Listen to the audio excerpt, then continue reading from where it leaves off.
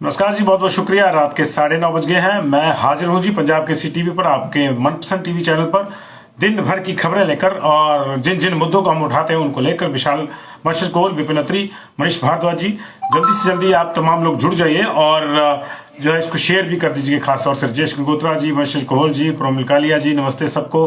Engineer Rajesh Dhiman जी, आप भी इसको शेयर कर दीजिएगा।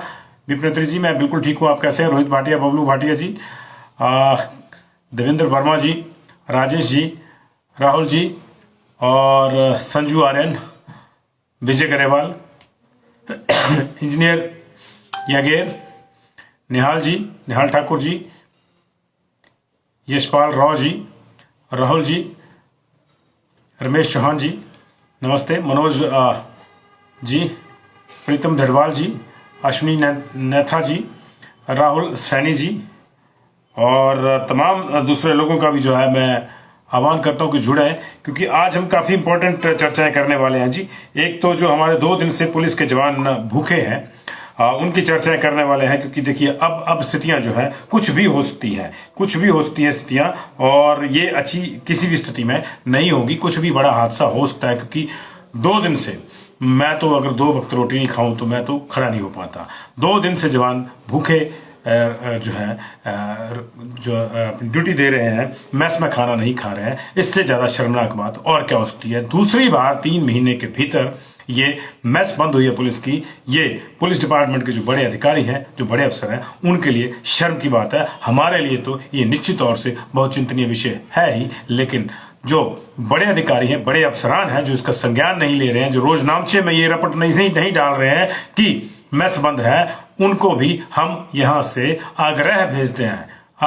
आग्रह भेजते हैं। मैं लानते शब्द का इस्तेमाल नहीं कर रहा हूं, मैं आग्रह भेज रहा हूं उनको कि उसको रोजनामचे में डालें। आप अपने उच्चाधिकारियों से ना डरें, कार्रवाई से ना डरें, आप अपने जवानों का ख्याल रखें। कोई भी कमांडर, कोई भी कमांडेंट, कोई भी सेनापति अपने जवानों से, अपने फौजियों से, अपने जो उनके फाइटर हैं, सोल्जर हैं, उनसे पहचाना जाता है। तो अगर आपके सोल्जर दुखी हैं तो आपको कभी भी सुख प्राप्त नहीं होगा, आपको यश प्राप्त नहीं होगा। इस चीज को लीजिए, पूरे मामले को लेंगे। 6 महीने बाद जो है एक बार फिर से कोरोना ने चिंता पैदा करी है, क्योंकि 6 मौतें आज एक दिन में हुई हैं। 2446 केस आए, ये बढ़ के 2500 भी हो सकते हैं। ओमिक्रॉन की अलग वैक्सीन आ गई है आज जो है। इसके बाद हम बात करेंगे जॉब फॉर कंप्यूटर प्रोफेशनल्स, 40,000 लोगों की बात है। इसको भी जो है सरकार को सुनना होगा। हम लोग तो सिर्फ यहां से, इस मंच से उसको उठा सकते हैं। 817 के जो हमारे JOIT वाले एस्पायरेंट हैं, जो आजकल अपनी जो बचे हुए थे, अपनी टाइपिंग की स्पीड बढ़ा रहे हैं, उनके लिए 1867 पोस्टों की मांग करेंगे जी। ग्राम पंचायत वेटनरी एसोसिएशन असिस्टेंट जो है, उनके लिए रेगुलराइजेशन की बात फिर से करेंगे। और जो 695 कोड वाले जेई है, लेफ्ट 45 या 47 के आसपास, उनके लिए गुहार लगाएंगे। गुहार लगा रहे हैं हम सरकार से। नॉर्मली मेरे जैसा पत्रकार गुहार नहीं लगाता। हम लोग जो है प्रहार करते हैं अव्यवस्था पे, व्यवस्था पे बिल्कुल नहीं करते। जहां अव्यवस्था होगी, जहां कुव्यवस्था होगी, वहां हम प्रहार करते हैं। और ये मेरी तो व्यक्तिगत रूप से इसी तरह की टेंडेंसी है। लेकिन हम लोग गुहार लगा रहे हैं। क्यों लगा रहे हैं? क्योंकि हमको मालूम है कि यहां कसूर सरकार का नहीं है, यहां कसूर सरकार का नहीं है। यहां बीच में कुछ ऐसे अधिकारी हैं जो एड़ा बन के पेड़ा खाने के चक्कर में बैठे रहते हैं, जो अपने नंबर बनाने के चक्कर में हरा हरा दिखाते रहते हैं शासन को। प्रशासन में ऐसे अधिकारी हमेशा होते हैं, चाहे कोई भी प्रशासन हो। ये ऐसे अधिकारी जो है, माननीय डॉक्टर परमार जी के समय से लेकर माननीय जयराम ठाकुर जी के समय तक उनकी कमी नहीं है। वो है किसी न किसी रूप में जरूर होते हैं। और यही लोग जो है शासन की आंखों में हरे हरे की पट्टी बांध देते हैं कि सब ठीक है, सब ठीक है। और अंततोगत्वा जब शासन को अपने स्तर पर इन चीजों का भान होता है तो बस छूट चुकी होती है, गाड़ी निकल चुकी होती है, पानी सर से ऊपर जा चुका होता है। इसलिए हम माननीय मुख्यमंत्री से, माननीय सरकार से ये गुहार लगा रहे हैं कि पानी सिर से ऊपर ना गुजरे, ऐसा कुछ ना किया जाए। पानी गले तक पहुंच गया है। हमारे जवानों ने दूसरी बार मैस बंद कर दी है। 7 बटालियनों में मैस बंद है, रोजनामचे में चल रही है। रोजनामचा ही अगर रोटी खा रहा है वहां पे तो अच्छी बात है, रोजनामचे का पेट भर जाएगा। लेकिन कितने दिन तक इस तरह से रोजनामचे का पेट भरेंगे? क्योंकि जब जवान ड्यूटी करते करते कल या परसों में गिरने लग जाएंगे, हॉस्पिटल पहुंचने लग जाएंगे, तो क्या वो ज्यादा श्रेयस्कर स्थितियां होंगी? निश्चित तौर से वो स्थितियां किसी भी हालात में श्रेयस्कर नहीं होंगी। ऐसी नौबत ना आए, इसके लिए माननीय अधिकारियों से, जो पुलिस के उच्च अधिकारी हैं, हमारे आग्रह है कि बच्चों की मांग को मुख्यमंत्री तक पहुंचाए। मुख्यमंत्री इस परिवार के मुखिया हैं। हिमाचल प्रदेश नाम का जो परिवार है, मुख्यमंत्री उसके मुखिया हैं। वो बीजेपी के नहीं हैं, वो कांग्रेस के नहीं हैं, वो सिराज के नहीं हैं, वो अधिकारियों के ही नहीं हैं, वो सबके मुख्यमंत्री हैं, पूरे प्रदेश के मुख्यमंत्री हैं। वो मेरे भी मुख्यमंत्री हैं, आपके भी मुख्यमंत्री हैं, सबके मुख्यमंत्री हैं। इसलिए उन तक ये बात पहुंचनी चाहिए, क्योंकि जो फेयर है वो पहुंचना चाहिए उन तक। उन तक डिमांड नहीं पहुंचेगी। उनको कहा जाता है नहीं नहीं सर ऐसे ही शोर मचा रहे हैं, नहीं नहीं सर ऐसा कुछ नहीं हो जाएगा, कंट्रोल कर लेंगे। अपनी बारे में क्यों नहीं करते? अफसरों का अगर कोई मांग हो तो कंट्रोल नहीं होती, तो अफसरों की एक एसोसिएशन जाती है और साइन करवा के ही बाहर आती है। लेकिन जो जवान सड़क पे दिन रात नौकरी करता है, उसके बारे में नहीं सोचा जा रहा। कम से कम कमांडेंट अपने स्तर पर मीटिंग लेते कि भैया तुम लोग मेस में खाना क्यों नहीं खा रहे हो। कोई मानवीय दृष्टिकोण अगर पुलिस वाले इन जवानों के प्रति अगर नहीं रखा जाएगा तो निश्चित तौर से इसका कोई अच्छा संदेश नहीं जाएगा। एक तरफ तो हम लोग जो है राष्ट्रीय स्तर पे मेडल लेके अपनी सीने को चौड़ा करते हैं कि देखिए हमारी पुलिस ऐसी है, और दूसरी ओर हमने पुलिस के साथ क्या किया है, अगर हम इसका ख्याल नहीं रखेंगे, हमने उन जवानों के साथ हम क्या कर रहे हैं जिनकी बदौलत हमको ये मेडल मिल रहे हैं, जिनकी बदौलत हमारे पूरे पुलिस बल को एप्रिसिएशन मिल रही है, उन जवानों के साथ हम क्या करेंगे, क्या कर रहे हैं, अगर इसका ख्याल नहीं रखेंगे तो अच्छी बात नहीं है। 2015 में कुछ अफसरों ने घालमेल करी, सरकार के शासन की आंख में धूल झोंकी और पुलिस के जो भर्ती नियम थे उनमें थोड़ी सी बदलाव कर दिए। बदलाव ये किया कि कागजों में तो नौकरी रेगुलर मिलेगी, लेकिन तनख्वाह जो है रेगुलर की उसके लिए इंतजार करना पड़ेगा 8 साल का। वस्तुस्थिति यह है, वास्तविकता यह है कि ये रेगुलर नौकरी नहीं है, एक तरह से ठेके पर ये पुलिस की भर्ती है, अनुबंध पे भर्ती है। क्योंकि आप उनको जो पैसे देते हैं वो एक मुश्त देते हैं अनुबंध वाले, ना कोई पे बैंड लागू होता है। बाकियों के सबके बढ़ गए जी पे कमीशन, उनका कोई नहीं बढ़ा, वो वही 5900 वाला पेमेंट है, वही चला हुआ है, ना कोई उनका पेमेंट लागू होता है। और 2015 के बैच में जो भर्ती हुए हैं 2023 में उनको जाके अपना पूरा रेगुलर पेमेंट मिलेगा।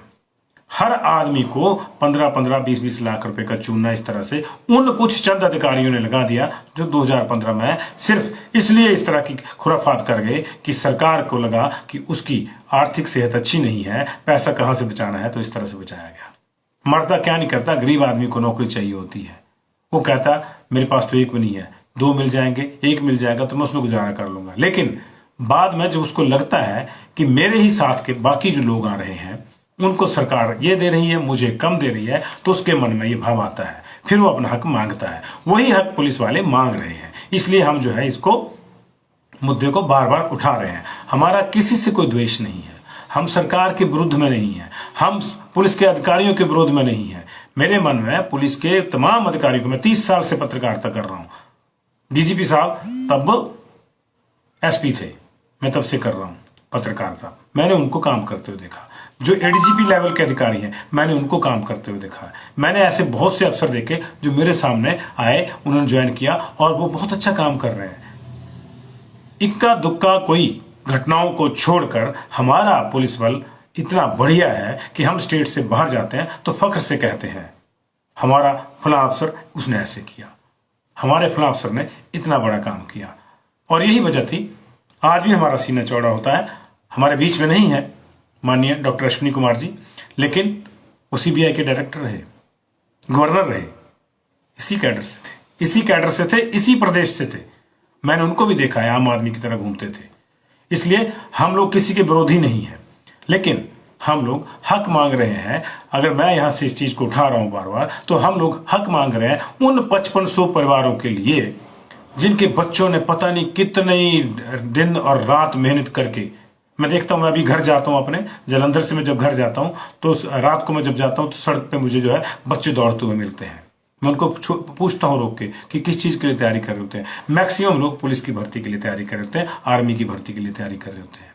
उनका जज्बा इसी तरह से भर्ती होंगे। ये मैं वापिस आता हूं तब भी मैं सुबह 6 साढ़े 6 बजे अपने घर से चलता हूं, तब भी मुझे वो लोग मिलते हैं, जबकि मैं दुबका हुआ आता हूं रजाई में। हम लोग सोए होते हैं, हमारे बच्चे मेहनत कर रहे होते हैं कि पुलिस बल में जाना है। उनका मनोबल मत तोड़िए, ये हमारी सरकार से गुजारिश है। उनका जो हक बनता है वो दीजिए।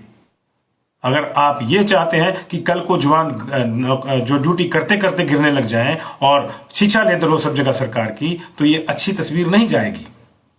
आज हम सिर्फ ये मुद्दा उठा रहे हैं, खुदा ना करे कल को यही भूखे जवान कहीं गिर जाएं, हादसे का शिकार हो जाएं। उन तस्वीरों को दिखाते हुए हम लोग अग्रेसिव होंगे सारे के सारे, और तब ये अफसर डिफेंसिव हो जाएंगे जो आज सरकार को सूचना नहीं दे रहे। माननीय मुख्यमंत्री से आज भी पूछा था, उन्होंने कहा हम कुछ कर रहे हैं, लेकिन वो देखिए शासक अगर ऐसा कह रहा है कि हम कर रहे हैं और कूलली कह रहा है, बड़े आराम से रिलैक्स होकर कह रहा है, तो इसका क्या मतलब है? इसका मतलब उनका जो फीडबैक वाला तंत्र है वो उनको सही फीडबैक नहीं दे रहा। और सही फीडबैक अगर नहीं दी जाएगी तो शासन का भला नहीं होगा, अफसरों का कुछ नहीं है। इसकी सरकार आ गई तो इसके साथ, उसकी आ गई तो उसके साथ, मैक्सिमम अफसर ऐसे ही है।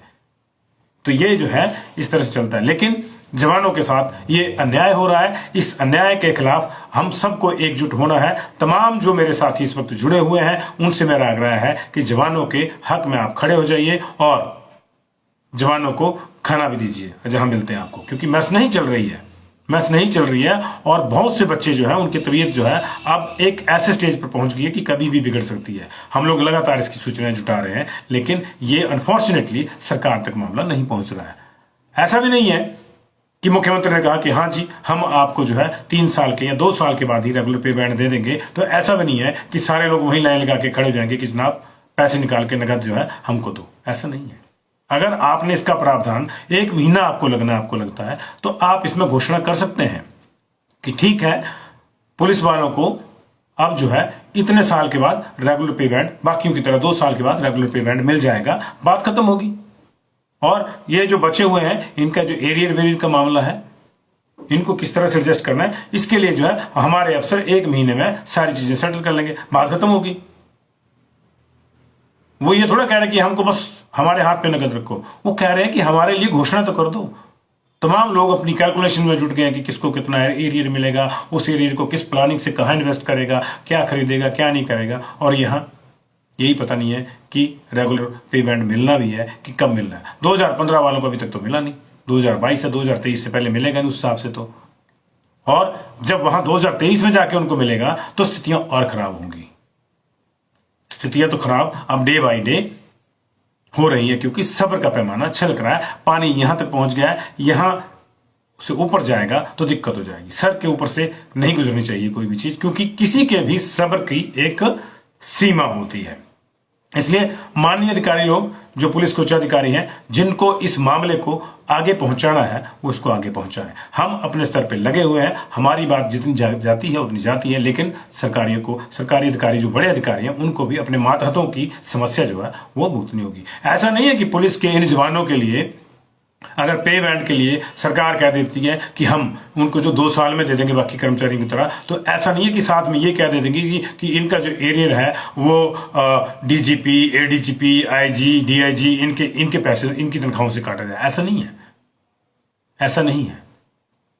ऐसा होता तो समझ में आ जाती कि अफसर क्यों इनकी रिपोर्ट दबा के बैठे हुए हैं, इसलिए समझ में नहीं आ रही है। कभी कमेटी बनती नहीं है, फिर जब बनती है तो कमेटी बीमार हो जाती है, फिर जब कमेटी की रिपोर्ट आती है बड़ी मुश्किल से कमेटी ठीक होती है, क्योंकि जब बीमार इस तरह की बीमारी की भी एक सीमा होती है, तो वो निकल जाती है तो फिर रिपोर्ट आती है, फिर रिपोर्ट दब जाती है, फिर कहती है वो बीमार है। इस पूरे चक्कर में सरकार को बीमार मत कीजिए, ये हमारे अधिकारियों से आग्रह है। माननीय मुख्यमंत्री बहुत सहृदय हैं, दयालु हैं, गरीब आदमी हैं, उन्होंने गरीबी देखी है, उन्होंने मेहनत देखी है, उन्होंने संघर्ष देखा है, वो हर चीज को समझते हैं। लेकिन ऐसा कब होगा जब उनके पास सही फीडबैक जाएगा। जरूरी नहीं है कि मुख्यमंत्री हर मामले की अपने अपने स्तर पर फीडबैक लेता रहे, वो अपने तंत्र से ही लेगा। शासक का तंत्र होता है, हर चीज में मुख्यमंत्री खुद नहीं देख सकता, उनको शासन से फीडबैक। इसलिए अगर फीडबैक सही नहीं होगी तो ये गलत होगा। इसलिए मैं सबसे चाहूंगा आप इसको शेयर कीजिए और इस पे कमेंट भी कीजिए। अगला मामला लेंगे जी आज हमारे जो है कोविड को मैं अभी पीछे ले जा रहा हूं। हमारे जो है 40,000 के आसपास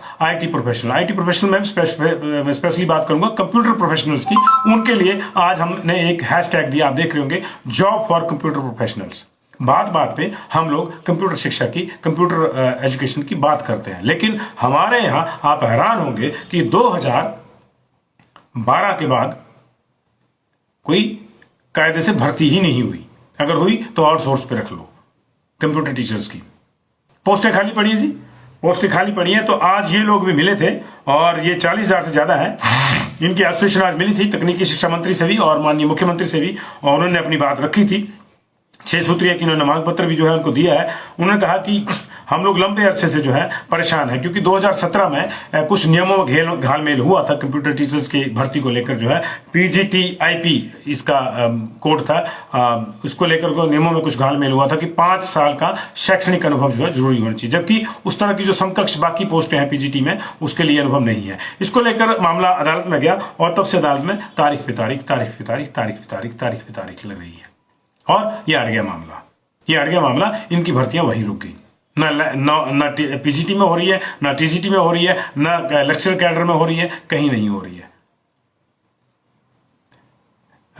इन्होंने जो है MCA की है, किसने BCA की है, किसने जो है और जो है BTech करी है इंफॉर्मेशन टेक्नोलॉजी में, अलग अलग डिग्रियां करी हैं, 4-4 साल की, 3-3 साल की डिप्लोमे करे हैं। लेकिन क्या करें, कोई 1500 में, कोई 5000 में, कोई 7000 में लगा हुआ है। और जो आउटसोर्स कंपनी के जरिए भी लगे हैं वो सबको मालूम है कि आउटसोर्स कंपनियां क्या करती हैं। आउटसोर्स कंपनी अगर मुझे 10 रुपए में लगाएगी तो 7 देगी, 3 रख लेगी। और उसमें भी बहुत से ऐसे लोग हैं जिनकी नौकरी की उम्र निकल गई है, 50-50 साल के हो गए हैं, वहां भी कोई सुखी नहीं है। इसलिए इन लोगों ने आज जो है मांग करी है। इनके प्रदेश अध्यक्ष पीयूष सेबल, महासचिव प्रवीण मेघटा और मीडिया सचिव अमित कुमार ने जो है आज मुलाकात करी है इनके कुछ और साथियों के साथ, और उन्होंने कहा है कि सरकार द्वारा विद्यालयों में अध्यापकों की जो नियुक्तियां की जा रही है वहीं कंप्यूटर अध्यापकों की नियुक्तियों का कहीं जिक्र नहीं होता, तो उनकी भी जो है किया जाए। 2017 से जो मामला फंसा हुआ है उस मामले में इन्होंने आग्रह किया कि एडवोकेट जनरल और उनकी टीम को आदेश दें कि पूरे मामले को जल्दी जो है इसकी हियरिंग समाप्त करा के इस मामले को सिरे चढ़ाया जाए, क्योंकि कोर्ट में ये मामला लटका रहेगा तो ये कोई उसका श्रेय नहीं होगा, ना तो पोस्टें भरेंगी और इससे ना सिर्फ इनका नुकसान है बल्कि हमारे जो बच्चे हैं, हमारे आपके जो आम आदमी के बच्चे पढ़ रहे हैं, जिनको हमको लगता है कि कंप्यूटर साइंस की किताब लाते हैं हम खरीद के, लेकिन पता लगे अंदर टीचर नहीं है, पता नहीं कोई और पढ़ा रहा है, क्या पढ़ा रहा है कोई पता नहीं है, क्योंकि जो उस फील्ड का टीचर ही नहीं होगा तो क्या पढ़ाएगा। तो 40,000 के आसपास कंप्यूटर प्रशिक्षित युवा हैं, BTech है, MCA है, MSc IT जैसे विषयों से उत्तीर्ण है वो, लेकिन नियुक्तियों की प्रतीक्षा कर 850 पद खाली हैं जी, 850 पद खाली हैं। हम ये नहीं कह रहे कि नई नौकरी जनरेट करो, खाली है भाई पद, उनको तो भर दो। कहां लेके जाने आपने, भर देंगे तो 4 वोट ज्यादा मिल जाएंगे, कोई 4 वोटों से हार रहा होगा जीत जाएगा। पिछले इलेक्शन का याद होगा आपको, 20 लोग ऐसे थे जो 1000 से कम फासले पे हारे थे, और कौन थे, एक से एक दिग्गज, नाम नहीं लीजिए, एक से एक दिग्गज। यहां तक कि माननीय मुख्यमंत्री का जो पद होता है उसके कैंडिडेट भी 1919 वोटों से आए थे, 1919 वोटों से। तो ये छोटे छोटे मामले होते हैं जी। 8,500 नियुक्तियों का मतलब है, 850 नियुक्तियों का मतलब है कि 850 परिवारों में नौकरी, 850 परिवारों में नौकरी का मतलब है कि 850 परिवारों का समर्थन। ऐसा कृतघ्न कोई नहीं है कि आप उसको रोटी दें और वो आपको जो है समर्थन ना दे।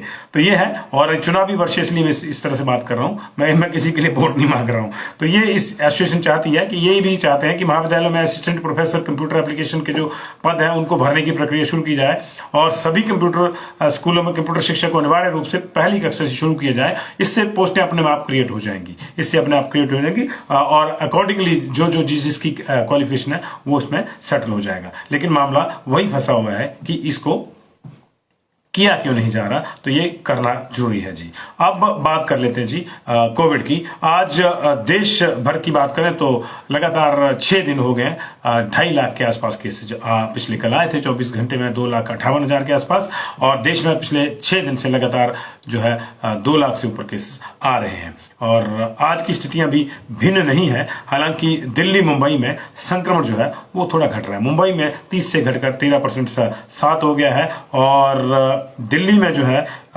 थोड़ी सी गिरावट आई है। दिल्ली में चौथे दिन लगातार केसों में गिरावट आई है। आज वहां सिर्फ 12,527 मामले, 20,000 22,000 से ऊपर चला गया था मामले एक दिन में। 28,000 भी दर्ज हुए थे। 13 जनवरी को 28,867 केस दिल्ली में आए थे, तो वहां कमी है। लेकिन ये अभी देखना होगा, वॉच आउट करना होगा कि ये कमी जो है और नीचे आती है और या कहीं बढ़ जाती है, क्योंकि बीच में मामला बढ़ रहा है। 400 डेथ पिछले 24 घंटे में हुई है देश में, टू बी एग्जैक्ट 382 अभी काउंट जारी है उसका जी। तो ये हुई है। आज 2 दर्दनाक हादसे हिमाचल प्रदेश में हुए हैं।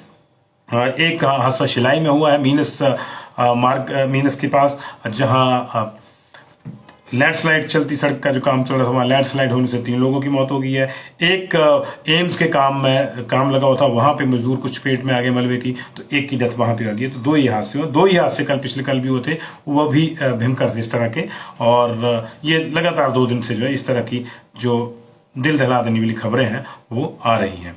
अब बात जो है कोविड की कर लेते हैं जी। कोविड की एक एक डिटेल आपको जो है हम देते हैं, उसको आज ले लेते हैं। आज हिमाचल प्रदेश में 17 जनवरी को हिमाचल प्रदेश में कुल मिला के जो है 2446 नए केसेज आए हैं और 1292 जो है रिकवर हुए हैं।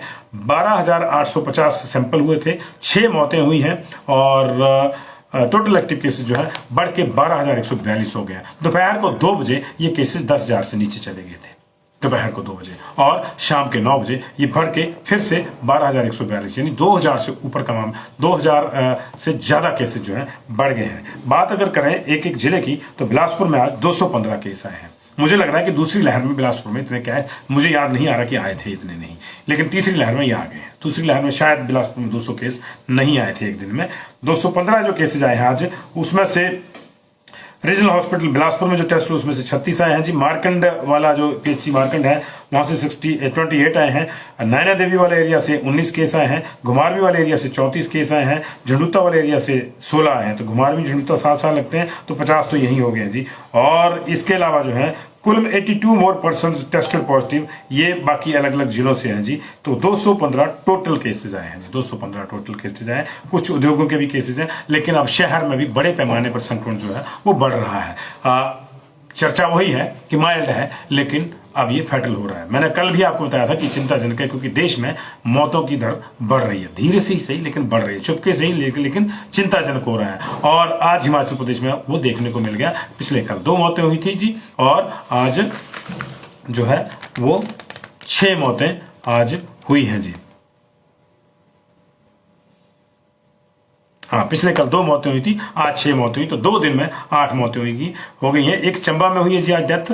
ये 74 साल के मेल थे, मोहल्ला हटनाला चंबा के थे। इनको 12 तारीख को पॉजिटिव पाया गया था, इनकी डेथ हो गई है। चंबा में आज जो है 75 टोटल केसेज आए हैं चंबा में। और चंबा का मेरे पास डिटेल है, इसमें किहार करिया से केसेज हैं, शहर से 15 केसेज हैं। इसके अलावा मेडिकल कॉलेज से 10 और केसेज हैं। इसमें कुछ पेशेंट्स भी हैं और कुछ जो है वो प्रशिक्षु भी हैं। चुराहा से है, सरू से केस है, पुलिस स्टेशन डलहौजी और डलहौजी शहर से कुल मिला के 6 केस है। बनीखेत से 2 केस है, भटियात से केस है, चुवाड़ी से 8 केस है, भरमौर से 7 केस है, सलूनी से 4 केस है, खैरी और क्यानी से केस है जी। ये चंबा के मामले थे। किन्नौर में आज 46 केसेज आए। ये तीसरी लहर में सबसे ज्यादा है, वहां 12, 24, 21, 22 इस तरह से आए। आज 46 केसेज आए हैं जी, और इनमें 13 मामले जो हैं पूखंड से हैं। रिकांग प्योब कल्पा से 16 मामले हैं, निचार से 6 मामले हैं, सांगला से 1 मामला है, टिडोंग जल विद्युत परियोजना मुरंग व JSW से 5-5 मामले हैं, और कुल मिला के 46 मामले हैं जी। कांगड़ा में 348 आए हैं जी। कांगड़ा में 348 केसेज नए आए हैं, और इसमें धर्मशाला शहर के 40 हैं जी। उसके आसपास के दाड़ी, चीलगाड़ी, कोतवाली, कचहरी, रामनगर, श्यामनगर, जवाहर नगर, ये सारे जो मामले हैं यहाँ से, दाड़नू से, शीला से, सराह वाला भी इसमें ही जोड़ दिया गया। 40 केसेज हैं। इसके अलावा इसमें अकेले HPCA के स्टेडियम में जो टेस्ट हुए हैं वहां से भी 6 लोग पॉजिटिव आए हैं। इसमें कुछ खिलाड़ी भी हैं, कुछ स्टाफ के लोग भी हैं। योल कैंट से 10 लोग पॉजिटिव आए। पालमपुर और उसके आसपास की विसिनिटी टिल भवारना जो है 47 केसेज हैं। बनूरी, भवारना और पर्रे बिंद्रावन तक मिला के 47 केसेज हैं। इसमें CSIR के ही 6 हैं। बैजनाथ से 28 केसेज हैं। गणेश बाजार से 10 हैं। पपरोला से 11 हैं। कस्बा कोटला से 18 केस हैं जी। 12 टूरिस्ट पॉजिटिव आए जिला में। बनूरी में 5, जयसिंहपुर में 11, SDM ऑफिस फतेहपुर में 4 केसेज आए, और ओवरऑल फतेहपुर में 12 केसेज आए हैं, 18 आए हैं। इसके अलावा नगरोटा बगमा में 17, मंडी के रहने वाले जो है कांगड़ा में 8 पॉजिटिव पाए गए हैं। खैरा के 6, नरवाना मैक्लोडगंज के 10 और कांगड़ा के 22 लोग जो है वो पॉजिटिव पाए गए हैं। ये कांगड़ा का डिटेल था। 348 वहां पर टोटल केसेज आए हैं। 4 डेथ हुई हैं जी कांगड़ा में, उसका भी मैं आपको जिक्र करूंगा आगे चलकर। और अब कुल्लू की बात कर लेते हैं। कुल्लू में भी आज 100 आंकड़ा पार कर गया। 118 केस हैं, 38 केस नगर ब्लॉक में, 47 केस जरी ब्लॉक में, 17 निर्माण ब्लॉक में, 6 बंजार ब्लॉक में, 5 आनी ब्लॉक में, 5 जो है मंडी डिस्ट्रिक्ट में पॉजिटिव आए हैं जी। ये कुल्लू का आंकड़ा था। सोलन जिले की बात कर लेते हैं जी। सोलन जिला में आज 314 लोग पॉजिटिव आए हैं। इसमें से 28 लोग जो है वो पॉजिटिव आए हैं। शहर में 92 लोग पॉजिटिव आए हैं नालागढ़ ब्लॉक में जी। 88 लोग आए हैं धर्मपुर ब्लॉक में जी। 39 लोग आए हैं शहरी ब्लॉक में। 55 लोग अर्की ब्लॉक में आए हैं। चंडी ब्लॉक में 8 लोग पॉजिटिव आए हैं। 4 लोग अदर्स में हैं। 36 इसमें से RT-PCR के सैंपल हैं। 278 जो है वो रैट के सैंपल है। कुल मिला के सोलन में 314 सैंपल जो है वो पॉजिटिव आए हैं। सिरमौर में आज जो गवर्नमेंट का आंकड़ा है वो 310 का है। हालांकि हमारे पास जो सूचना आई है वो गड़बड़ है, इसलिए हम इसी 310 वाले को ही लेके चल रहे हैं, क्योंकि सिरमौर से 3 छोटे छोटे बैचेज में जो है मामले आए हैं। किसी में 50, किसी में 59, किसी में 177, इस तरह से। तो ये मामला मुझे लग रहा है कि वहीं पहुंच रहा है, 310 तक पहुंच रहा है। तो 310 केसेज वहां पे आए हैं जी। मंडी में 312 केसेज आए हैं। मंडी हमने रिकॉर्ड तोड़ दिया। 150 के आसपास थे, अब सीधे जंप कर गया 300 प्लस को। पिछले कल कम थे, पिछले कल मंडी में जो थे कम केसेस थे 127, और आज ये डबल हो गए हैं मंडी में। तो संडे का जो इम्पैक्ट था वो खत्म हो गया, आज मंडे को डबल हो गए। मंडी में जो 312 केसेस हैं, इसमें नेरचौक मेडिकल कॉलेज से ही 20 केस है जी, कोटली से 14 है, जोगिंद्र नगर पद्दरवाल एरिया से 40 है जी, धर्मपुर से 20 है, सरका घाट, बलदौड़ा, ढलवान और ये जो जहू के साथ भांबले वाला इलाका लगता है वहां से जो है 18 केसेस कुल मिला के जी। करसोग और कांधा गांव है वहां से 14 केस है। करसोग से ओवरऑल 20 केसेज है जी। गुटकर से 16 केसेज हैं। टिल्ली से 4 है, रत्ती से 3 है, गलमा बल से 35 केसेज है। सुंदरनगर से 39 केसेज है। ललित चौक, भोजपुर, चतरोखड़ी, BBMB कॉलोनी, BSL, ये सब जो है सलापड़ वाला मामला जो है इसी में मिला है। तो ये सुंदरनगर वाले एरिया से 39 केस है। बग्गी से अलग से 6 केस है। महादेव से 4 है, हालांकि सुंदरनगर में पड़ता है लेकिन ब्लॉक को दूसरा पड़ जाता है। तो ये महादेव से 4 है। रिवाल्सर से और कलखर से 18 केसेज जी, रिवाल्सर करखल मिला के। संधोल वाले एरिया से 10 है। गोहर वाले एरिया से 4 है। चिचोड़ वाले एरिया से 8 है। गोपालपुर से जो है 6 केसेज अलग से हैं। ननावा से 8 है। पंडोह से 11 है। शहर के 45 केसेज है। पुरानी मंडी से है, पोस्ट ऑफिस के पास से केस है, रामनगर से केस है, खलियार से केस है, पैलेस कॉलोनी से, टारना से हॉस्पिटल रोड से और सैन मोहल्ला से जी केसेज है। कुल्लू के सैंज, शमशी और आनी से 20 मामले पॉजिटिव पाए गए मंडी में जी। और वुमेन थाना मंडी से भी जो है रविनगर केस है। इसके अलावा रविनगर से भी केसेज है जी। अब बात ऊना की कर लेते हैं जी। ऊना में हमारे पास जो है आज 207 लोग पॉजिटिव आए ऊना में। इनमें से जो है आज अचानक सैंपलिंग करी गई चिंतपूर्णी टेम्पल में उन लोगों की जो बिना मास्क के चले हुए थे, उनकी सैंपलिंग करेगी और उसमें से 12 लोग पॉजिटिव आए हैं। आप सोचिए फिर कहां मामला जा रहा है। मास्क नहीं लगाया, टीम ने पकड़ा मास्क के लिए कि मास्क नहीं लगाया, चलिए इनके सैंपल कराया तो उसमें से 12 पॉजिटिव आ गए। बड़े पैमाने पर संक्रमण है। जब बड़े पैमाने पर संक्रमण होता है तो वो माइल्ड भी हो तब भी बड़ा हो जाता है। थोड़ी थोड़ी गंदगी हो ना, ज्यादा हो जाएगी तो क्या होगा, पूरे मोहल्ले में बदबू आनी शुरू हो जाएगी। तो ये ऐसा ना करें, ये इसका अपना ख्याल रखें। ऊना में जो है NGN कंपनी है, में वहां से 8 आए हैं जी। और इसके अलावा जो ऊना स्टेशन और उसके 5 किलोमीटर के आसपास का एरिया, ऊना शहर के आसपास का, वहां से 35 केस आए जी। धुंधला बंगाना वाले एरिया से 12 केस हैं। भलौन से 6 केस हैं जी। हरोली से 8 हैं जी। भदसाली से 17 केस हैं। गोंदपुर बुला से 8 केस हैं। IRBN बनगढ़ से 4 हैं। बनगढ़ से अलग 2 और हैं जी। बाथरी से 6 केस हैं। संतोखगढ़ वाले एरिया से 13 केस हैं। और हिमटेक करके एक कंपनी वहां से 8 है। बरसाड़ से 8 है। बहड़ाला से 6 है। गगरेट से 35 है। और अंब वाले एरिया से 29 है। अंब तहसील से, घनारी तहसील से 40 है जी। और नारी गांव है वहां से जो है 4 केसेज है जी। तो ये ऊना का मामला है। हमीरपुर की बात करेंगे जी। हमीरपुर में आज 136 केस आए। इसमें जो है गलोड़ वाले ब्लॉक से जो है 12 केसेज हैं। इसमें डुढाना का पोस्ट ऑफिस के अंदर बरारडी गांव पड़ता है जी। बरारडी से 6 हैं। कुढ़ार से केसेज हैं। बदारन से 4 केसेज हैं। पनियाली से केस है। इसके अलावा जो है टोनी देवी ब्लॉक से 15 केस हैं। बड़सर ब्लॉक से 20 केस हैं। और मेडिकल कॉलेज से 18 केस हैं। नदौन ब्लॉक से 28 केस हैं। भोरन से 25 केस हैं। शहर के 30 केस अलग से हैं। ये हमीरपुर का डाटा था जी। और अब मैं डेथ का आपको डाटा कर देता हूं।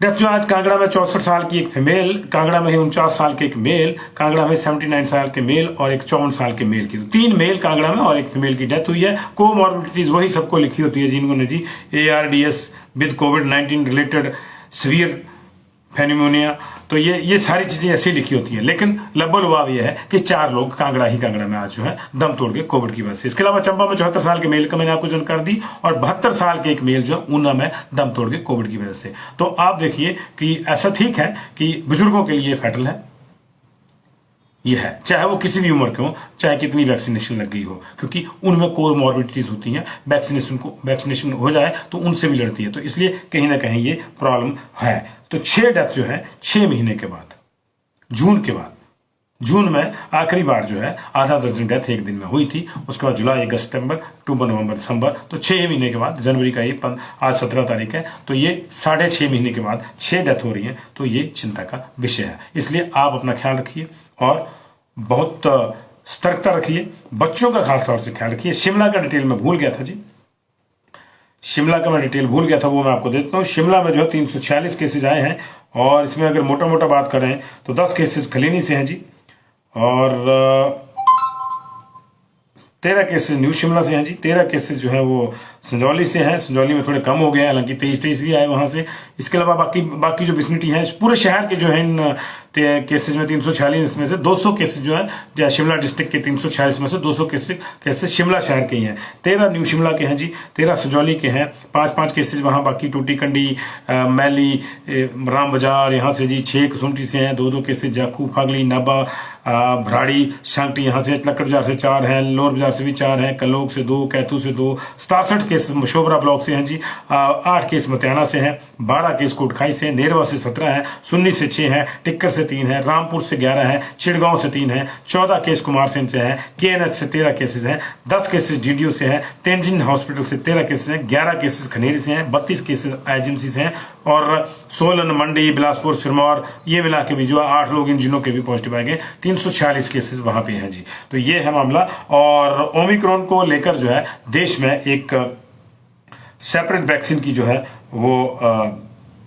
ट्रायल चला हुआ है और वो ट्रायल जो है अब ह्यूमन ट्रायल उसका शुरू होना है। तो ये ओमिक्रॉन के लिए अलग से वैक्सीन जो है वो अब मार्केट में आ जाएगी। लेकिन बात वही है कि हमारी सबसे बड़ी वैक्सीन जो है वो हमारा मास्क है, हमारा व्यवहार है। अगर हम उसकी चिंता करेंगे तो उस अलग अलग वैक्सीनों की जरूरत नहीं पड़ेगी, वैक्सीनें कितनी लगवाएंगी कितनी नहीं। उधर जो है हमारे IIT मंडी के जो प्रोफेशनल है उन्होंने भी भ्रांस का जो रस होता है, रोडोडेंड्रन जिसको बोलते हैं, उसके रस में भी कुछ ऐसे जो है फाइटोकेमिकल्स ढूंढे हैं जो कोविड से फाइट करते हैं। लेकिन असली बात यही है कि कोविड से आपकी इम्यूनिटी फाइट करती है। इम्यूनिटी बढ़ाने की बाकी चीजें हैं। इम्यूनिटी अपनी बेस्ट रखिए, खाने पीने का ख्याल रखिए, सर्दी जुकाम से अपने आप को थोड़ा बचा के रखिए और बच्चों को खास एहतियात रखिए, क्योंकि अभी शायद मार्च में ये जो है ऐसा सुनने में आ रहा है कि मार्च में जो है अब अगला जो ग्रुप है बच्चों का उसको वैक्सीनेशन शुरू हो जाएगी। अभी 15 से 18 हुई, अब 12 से 15 वालों के लिए हो जाएगी।